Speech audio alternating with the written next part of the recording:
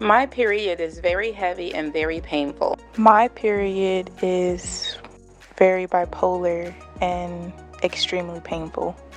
My cycle is pretty normal, I would say. My period is expressive.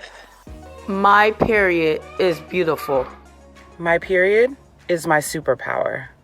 Hello and welcome to What Would She Do? I'm your host, Saran Almond. On today's show, we're discussing menstrual health. We have a powerhouse guest, an entrepreneur who is working diligently to help all persons with periods have a better menstrual experience. I'd like you to welcome Miss Vanessa Siverls of BUPeriod. Welcome, Miss Vanessa Siverls. How are you today? I am good, and yourself? I am great. Thank you so much for joining me. So for starters, if you would, please share with our audience what your company's mission is. What is the mission of BUPeriod? The mission of BUPeriod is to empower girls, women, and all who menstruate to learn, manage, and effectively communicate the menstrual health. We do this through providing workshops and educational tools. We're also building smart consumer devices that will help assist girls, women, and all who menstruate in understanding information like risk indicators for iron deficiency anemia so that they can have a two-way conversation with their doctor. I understand that your company leans heavily on information. So let's start the conversation there. So at the beginning of the video, at the opening, we had women use one word to describe their periods. And the descriptions varied from painful to expressive. What are the first words that come to your mind when you think about having a period? Beauty. Beauty, that's different. Could you expand on that? When I was 12, it would have been pain. When I was 26, it would have been why me. When I was 35, it would have been, okay, I understand. I get it. Today, it's beauty. It's a beautiful experience to know my body. It's a beautiful experience to understand my body. And it's a beautiful experience to be able to communicate with my doctors, my menstrual cycle. Going to the doctor can be traumatic. So when you think of the word period, specifically for those of us who don't talk about it, who know we need help, who know we may need medication or some sort of intervention, the word beauty doesn't come up. Now, with all of my experience and all of my research, it's a beautiful experience. It's no longer a cringe to go to the doctor to discuss my period. Let's start at the beginning. So I know when I first started my cycle, my conversation with my mother was brief and informative, and it included be clean, now you can have a baby, and how to wear a pad. What is the conversation that we should be having with our young ladies about when they start their cycle?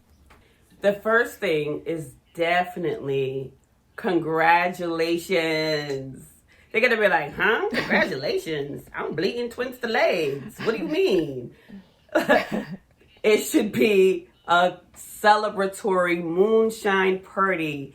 We really do have to change the narrative, the perception, and the mindset upon menarche, right? For me, moms gave me half a narcotic, some toast, some tea, knocked me out for 30 minutes, and showed me how to use a pad, and that was it. The conversation happens pre-menarche. It really shouldn't be upon menarche. It really should be 7, 8, 9 years old. Hey, you know, You want that car for your sweet 16. You know you want those heels for your Kinsera. Is that how you say it, Kinsera? When you turn 15? Kinsera. Well, guess what? We're going to have a moonshine party when you turn 9. What's a moonshine party, Mama? Well, a moonshine party is going to get you ready for womanhood. I'm going to be a woman? Yes, you are. Kind of, sort of, maybe. Not fully, but it's the beginning stages, and it's going to get you ready for your heels. It's going to get you ready for your sweet 16, your first boyfriend, your first prom. It's when you invite your friends over, and it's not just you and your daughter.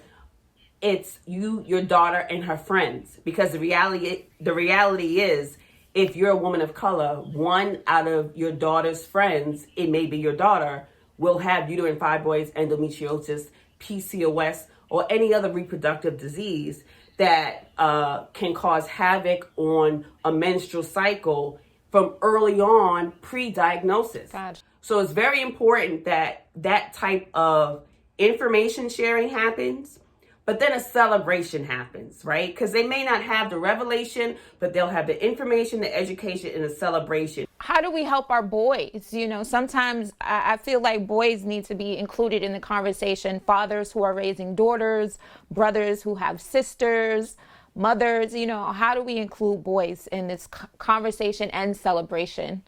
Super easy. For those boys that are into girls, here's how you get your brownie points. When your girlfriend has her period, I want you to use math, turn that math into money, and turn that money into gifts that will help her feel better that week. And it's also a way that you can be there and actively listen and get your brownie points. Imagine a hug or a little kiss every time you give her something that's going to help her feel better during that week. And if it's an annoying little brother, it's all right. For every time your sister gets her period, you get $1 a day if you do these things for her. And it incorporates things like, I don't know, a little piece of chocolate, dark chocolate, maybe carrying her books for her, maybe helping her clean her room, or bringing her a hot water bottle if she's cramping, right? Okay. And when it comes to dads, oh my gosh, that's kind of, you know, a deeper conversation, because according to a lot of the interviews that I've done, they're telling me that their fathers are saying, stay away from boys. Now you can get pregnant. Right. So go to your mother. What should they be saying, though? I think they should be participating in the moonshine party. Okay. Because just like the young girl is about to get information, and her friends are about to get information, her boyfriend and her brother, the dad should too. It seems like, you know, as the world is changing and people are being more conscious of what they put into their bodies, there are more options available. And so when I'm out looking for feminine hygiene products, I'm overwhelmed by the organic, and now we have breathable cloth and fabric and cups. Tell us about what we should consider when selecting these items, because I'm down to everything. Well, how it sticks to the panties, what is it made of? You know, tell us what we should consider, and especially as far as ingredients, because I hadn't considered, you know, what goes into creating a maxi pad or a tampon before now. So can you talk to us a little bit about that? The fact that we do have more options is actually a great thing, because we are not one size fits all. But just like when you go to the supermarket to look at what you're going to put in your body, you look at the labels, you look at the ingredients. The more the ingredients, the more you don't understand it. Should be the same when you go for menstrual products, right? If there are no ingredients, put it back. What do you mean? If there's 50 ingredients, put it back. No ingredients means no transparency. You have no idea what you're putting on your body. Oh. 50 ingredients, it's too many. much. You don't need all that. You're really looking for 3 or 4 different features about it that that can just give you the information you need for a more pleasurable experience. Perfect. And give us a list of those things that our audience can take to their grocery store, wherever they buy their feminine hygiene products. You want to look for cotton. Now, the truth is, cotton's not white. It's off-white. And most, if not all, of the pad products are bleached to be white. So as close to organic as you can get, right? As close to natural as you can get, breathable and fragrance free, right? You also want to see, where is it made? I don't, want to go into stereotypes or anything like that. Most manufacturing has left the United States, but there are several brands that you can pretty much trust their sustainable and transparent approach to how they make their products for the end user. Do you want to share with us what those brands are? Absolutely. So for those of you who may have an average cycle, it's averages, 7 days. It's not too heavy and it's not too light. You have, of course, number one, congratulations to Beatrice Dixon, Honey Pot, which is in Target stores everywhere. She has body washes, wipes, but the main thing is that her pads are used with oils and herbs that her and her grandmother traditional herbs that her and her grandmother came up with because of the reactions that she was getting when she was using regular products or traditional products. Then you have Ruby Love, Crystal. She makes reusable panties, period swimsuits, period yoga wear, period sleepwear. I'm sorry, can we backpedal a little bit? Reusable period panties, let's talk about it. Period panties are a thing. They've been around for the past 50 years. They were created in the 60s when you had people who wanted more of a free and open lifestyle. If you have a heavy period, you have to be careful, right? Because you can't walk around bleeding and not have a place to wash the underwear or carry them without a smell arising. If you work at a job where there is a public bathroom and you don't have your own sink available to you, that may not be the right option. But at nighttime, these are great options. And especially if you're a swimmer, right? And you're not a heavy bleeder. Again, this is for your average. They do, I believe, make for heavy flow, but you can go swimming now and the swimsuit will take up most of the blood. Like, that's amazing. That's genius. I would need to. How many times? I would need to look at that. How many times we don't go swimming when we have our Truly, periods? I would really need to do some personal research. No, never. I don't want to do personal research. I don't. Speaking of those type of products, just for general information for women, like, how long should a woman, a girl, be wearing a tampon before they change to the next one? I know it depends largely on how heavy your flow is. What information do you have to, offer some guidance to that? That's a very important question. There is a thing called toxic shock syndrome that every young lady or person should know about prior to them getting their menstrual cycle, because it's easy for you to forget something's up there, right? When you go to the restroom and you have a pad, oh, okay, it's time to change. But when you have a tampon in you, especially overnight, and you forget, sometimes there have been cases where people have shoved two up or shoved it up too far and couldn't get it out. And there have been some cases, unfortunately, where they've been fatal. So there's a lot of education, and there's the comfort is one thing, convenience is one thing, but you must be an advocate of putting your health first and understanding what that means when applying these different products to your body. So tampons, yes, organic, and make sure that you put a timer on. If you're a heavy bleeder, that's not going to be an issue for you. You already know. But for those light bleeders or average bleeders, or if you're on birth control, you may forget.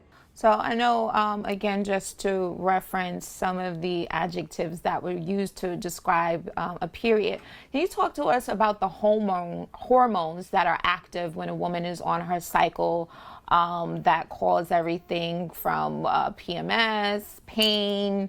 What's going on in our bodies so that we can help Oh my people gosh. understand what that is? Roller coaster. So supervisors, men, husbands, boyfriends, little sisters, little brothers, they're the ones that need to be truly educated, because they can end up getting slapped. Talk to them. Give them something to help avoid a slap. All right. Estrogen, testosterone, and progesterone are your three main. There's several, but these are your three main. Estrogen and testosterone build up weeks 1 and 2. So that's days 1 through 15.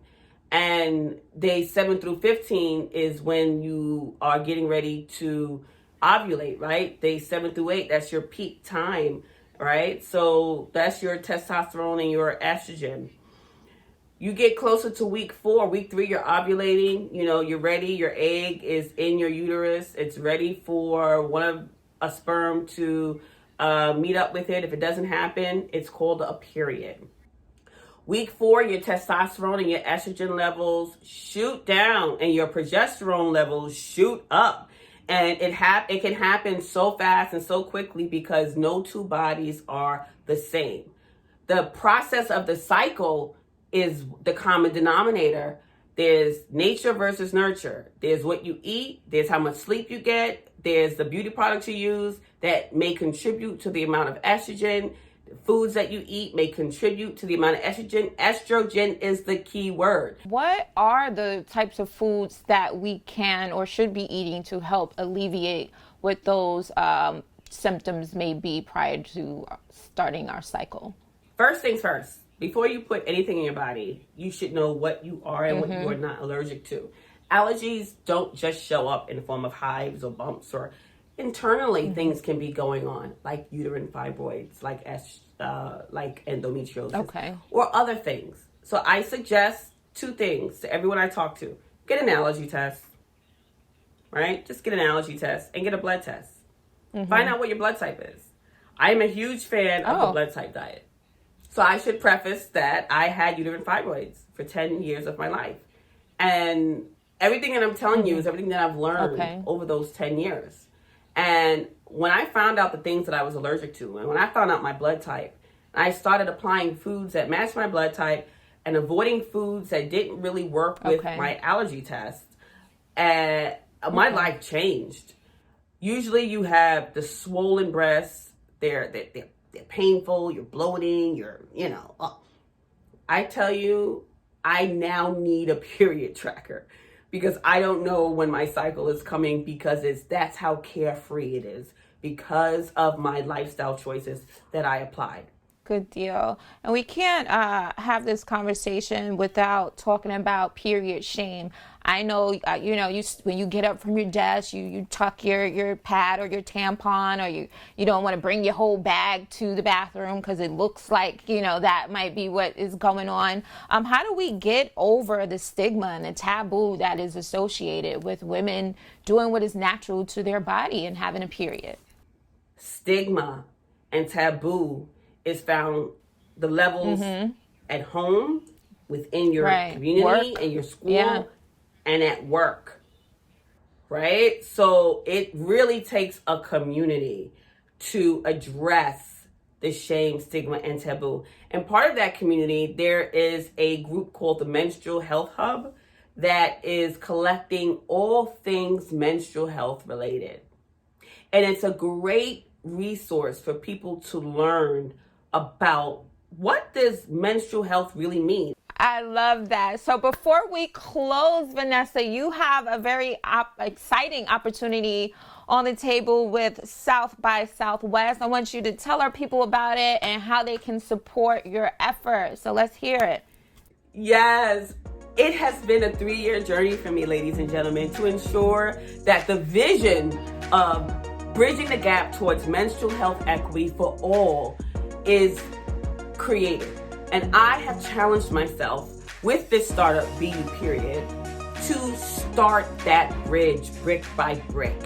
And I've networked, and I've shook hands, and I've kissed babies, and you see how brown my nose is, to build up to the point where I am now, to get a software application together for menstrual health and a smart pad together for menstrual health that should all be coming together and coming around to be sold to consumers between 2021 and 2022.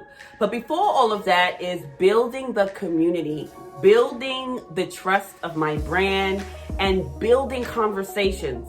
So I have the rare opportunity to be selected for a panel at South by Southwest, which is one of the biggest conferences in the world in the digital tech space under Femtech, to hold a panel that I called Menstrualtopia. I want you to think about that. Let it roll off your tongue and marinate. Menstrualtopia, the state of the Black uterus. You see the difference in tones? Menstrualtopia sounds like paradise.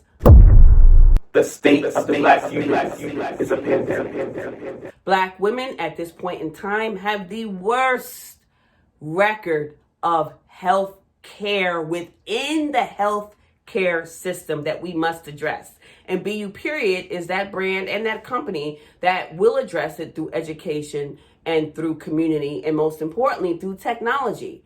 And so Menstrualtopia, the state of the Black uterus, will be an amazing workshop panel that will happen at South by Southwest the week of March 19th through the 20th, virtually, because ain't nobody trying to catch that Rona.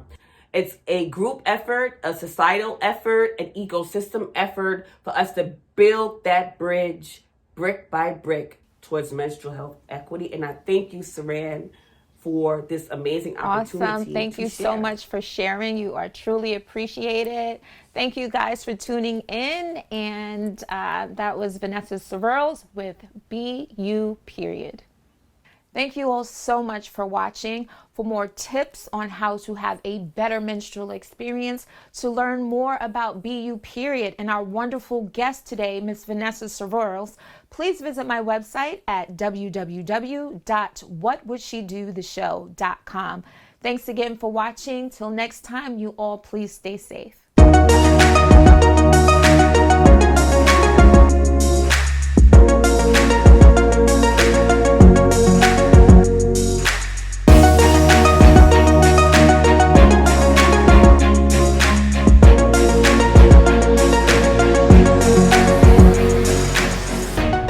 Be sure to hit that subscribe button so that you can remain in the know.